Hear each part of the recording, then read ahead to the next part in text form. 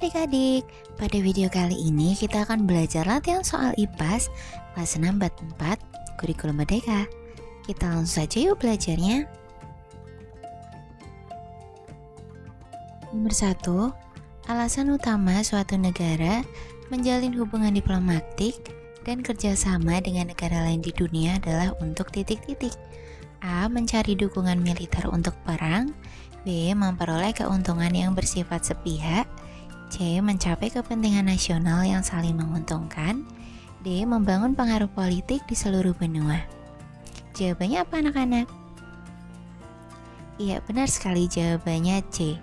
Mencapai kepentingan nasional yang saling menguntungkan untuk memenuhi kebutuhan dan juga mencapai tujuan nasional anak-anak, baik dari segi politik, ekonomi maupun sosial suatu negara. Nomor 2, aktivitas perdagangan internasional di mana Indonesia itu membeli barang atau jasa dari negara lain ke dalam negeri disebut titik-titik.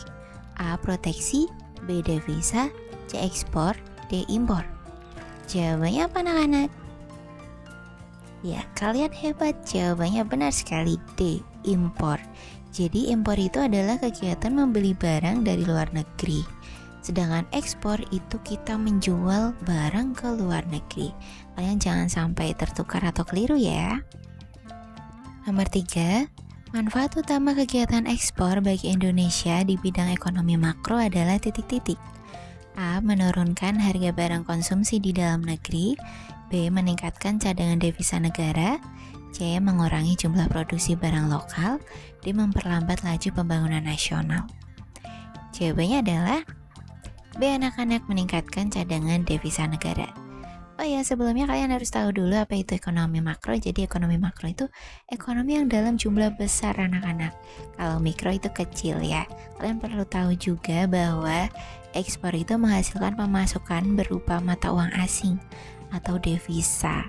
Nah, ini sangat penting untuk membiayai impor dan transaksi internasional lainnya dalam suatu negara. Nomor 4, penyebaran budaya, ide, dan teknologi yang semakin cepat dan meluas ke seluruh dunia membuat seolah-olah batas negara menjadi tidak ada. Nah, ini merupakan definisi dari titik-titik. A. Regionalisasi, B. Integrasi, C. Globalisasi, D. Nasionalisme. Jawabannya adalah ya, benar sekali anak-anak. Kalian hebat. Jawabannya C. Globalisasi. Nomor 5, kemajuan pesat di bidang yang menjadi pemicu utama percepatan globalisasi adalah titik-titik. A. Transportasi dan teknologi informasi. B. Pertanian dan perikanan modern. C. Energi terbarukan dan kelautan. D. Arkeologi dan sejarah kuno. Jawabannya adalah A. Anak-anak, transportasi dan juga teknologi informasi. Nah, perkembangan teknologi transportasi itu seperti pesawat, kapal, kemudian mobil, kemudian kalau komunikasi bisa seperti internet, telepon. Nah, ini telah menghilangkan hambatan jarak dan waktu. Jadi ini pemicu utama globalisasi. Nomor 6, dampak negatif globalisasi terhadap identitas bangsa Indonesia yang paling mengkhawatirkan adalah titik-titik. A. Persaingan bisnis yang semakin ketat. B. Lunturnya kecintaan terhadap budaya dan tradisi lokal. C. Kenaikan harga barang impor secara signifikan. D. Munculnya berbagai jenis lapangan pekerjaan baru. Jawabannya adalah B. Anak-anak, lunturnya kecintaan terhadap budaya dan tradisi lokal. Karena banyaknya budaya lain yang masuk. Nah, tugas kita adalah bisa menyaring budaya yang baik dan membuang budaya yang buruk. Nomor 7, organisasi yang berperan dalam menjaga perdamaian dunia, menangani isu kemanusiaan global, dan tempat Indonesia mengirim pasukan Garuda adalah titik-titik. A. ASEAN, B. PBB, C. APEC, D. Uni Eropa. Jawabannya adalah B. Anak-anak, PBB atau Perserikatan Bangsa-Bangsa.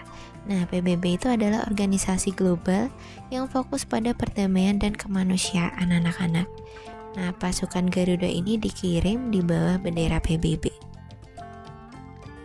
Nomor 8, tujuan utama didirikannya Association of Southeast Asian Nations atau ASEAN adalah untuk titik-titik. A. Membentuk aliansi militer bersama di Asia Tenggara. B. Meningkatkan kerjasama di bidang ekonomi, sosial, dan budaya di kawasan Asia Tenggara.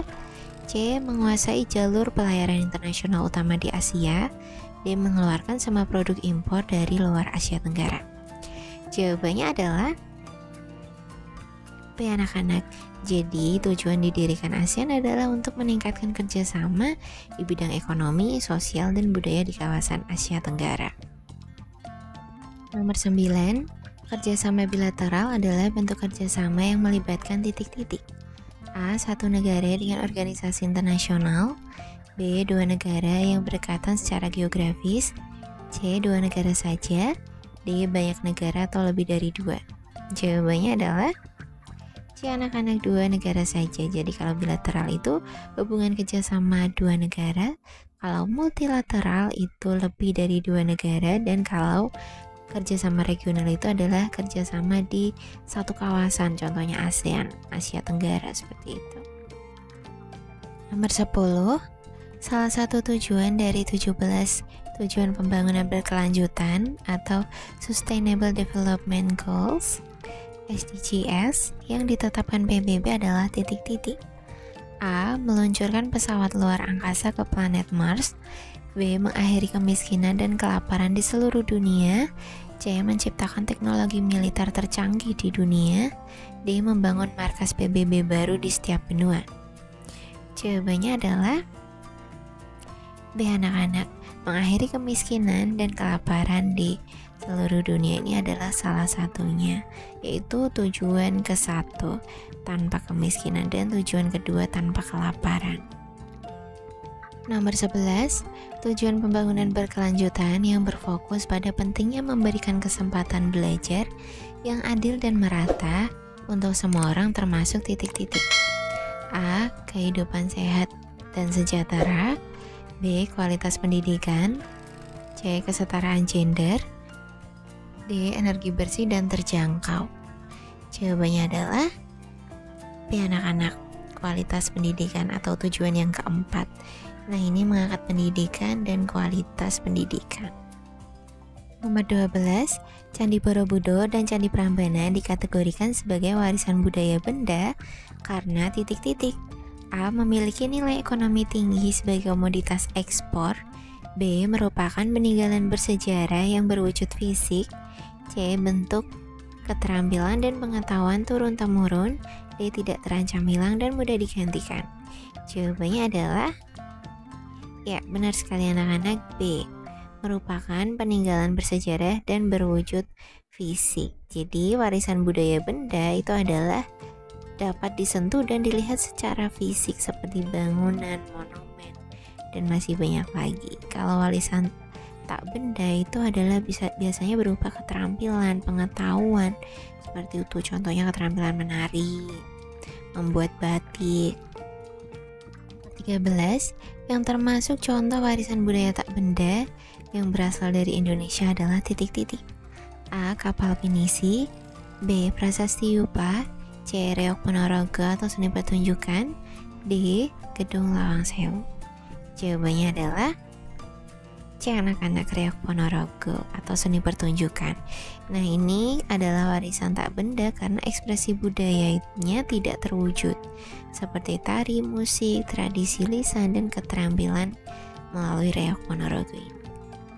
Nomor 14, mengapa pelestarian warisan budaya baik benda maupun tak benda sangat penting bagi suatu negara? A. Karena menjadi alasan utama untuk melakukan impor. B. Karena dapat meningkatkan konflik antar negara. C. Sebagai identitas bangsa dan aset sejarah yang tidak ternilai. D. Hanya bermanfaat sebagai tempat wisata bagi turis asing. Jawabannya adalah C. Sebagai identitas bangsa dan aset sejarah yang tidak ternilai. Nomor 15, peran Indonesia dalam ASEAN di tengah era globalisasi sangat penting. Salah satunya adalah dengan menjadi tuan rumah untuk titik-titik. A. Pertukaran pelajar, misi kebudayaan, dan festival seni. B. Latihan senjata militer dan uji coba nuklir. B. Pembentukan blok dagang yang tertutup dari negara lain. D. Penarikan seluruh produk lokal dari pasar internasional. Jawabannya tentu saja A ya anak-anak, pertukaran pelajar, misi kebudayaan, dan festival seni. Anak-anak, sekian pembelajaran kita kali ini. Semoga dengan video ini kalian bisa lebih paham. Jangan lupa tetap semangat belajar dan sampai jumpa di video berikutnya.